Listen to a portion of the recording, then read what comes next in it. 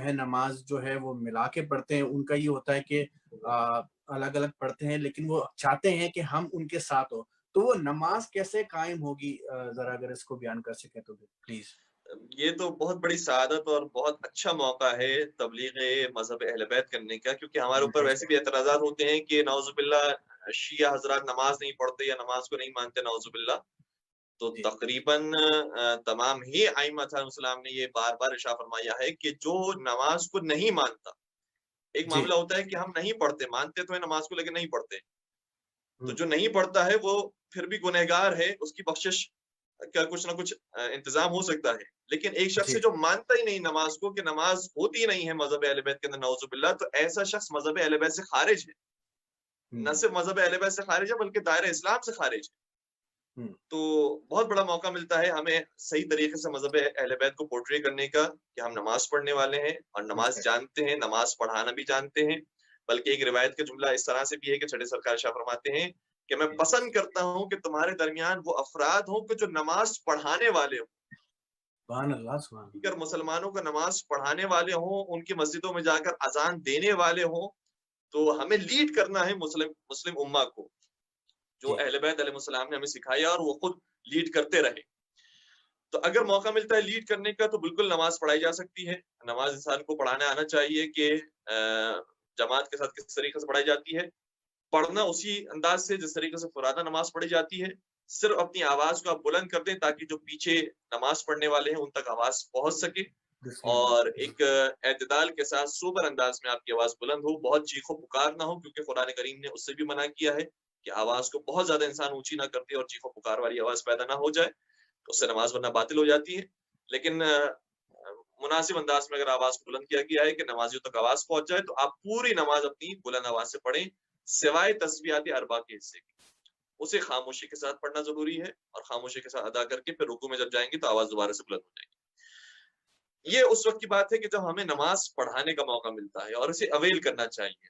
اور مسلمانوں سے بہت اچھے اس میں تعلقات انسان قائم کر سکتا ہے اور مذہب اہل بیت کی طرف لا سکتا ہے۔ بے شک، اگر ہمیں نماز پڑھانے کا موقع نہیں ملتا، نماز کم از کم پڑھنے کا ان کے ساتھ موقع ملتا ہے، تو اسے بھی انسان ضائع نہ کرے، ان کے ساتھ نماز کے اندر شریک ہو سکتا ہے،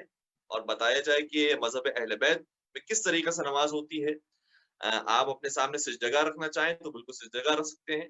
کیونکہ ظاہر سی بات ہے کہ ویسٹ کے اندر کوئی قتل و غارت گری والا ماحول تو نہیں ہوگا بالکل انشاءاللہ، ایسا نہیں ہے جی اور پیار و محبت سے دیکھتے ہیں اور سمجھنے کی کوشش کرتے ہیں کہ انہوں نے کیوں سجدگاہ رکھی ہے۔ بعد میں شاید آپ سے جی سوال بھی کریں گے، تو آپ جواب بھی جی دے سکتے ہیں کہ صحیح بخاری کے اندر روایت موجود ہے کہ نبی اکرم سجدگاہ رکھ کے نماز پڑھا کرتے تھے،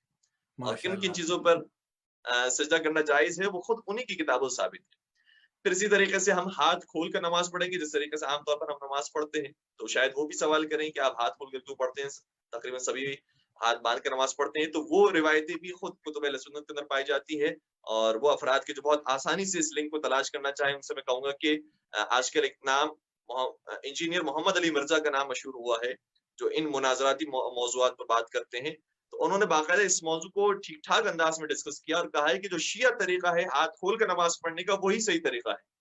سبحان اللہ سبحان اللہ وہی سنت رسول کے مطابق ہے۔ تو بہت اچھا موقع ملے گا ہمیں اہل بیت کرام کے مذہب کی طرف لانے کا۔ اب ہمیں عام انداز میں جس طرح سے ہم نارمل نماز پڑھتے ہیں اسی طریقے سے نماز پڑھنی ہے، جی صرف ایک جو فرق پیدا ہوگا وہ یہ ہے کہ اگر کوئی ہمارا اہل سنت بھائی نماز پڑھا رہا ہے اور ہم پیچھے نماز پڑھ رہے ہیں، تو ہمیں الحمد اور سورہ بھی خود اپنی زبان سے ادا کرنا ہوگا، اور الحمد اور سورہ کے علاوہ جو پوری نماز ہے وہ تو ہم ویسے بھی ادا کرتے ہیں، اسے بھی مکمل طور پر ہمیں ادا کرنا ہوگا، یعنی ہماری پوری نماز زبانی طور پر ادا ہو رہی ہوگی، صرف ہم اس انداز سے کہ ہم بظاہر ان کے ساتھ صف کے اندر کھڑے ہوئے ہیں اور ہماری نیت جماعت کی ہے، تو اس طریقے سے ہم کھڑے رہ کے نماز پڑھ رہے ہیں، اسے کہا جاتا ہے کہ صورت جماعت ہے، یعنی شکل جماعت کی ہے،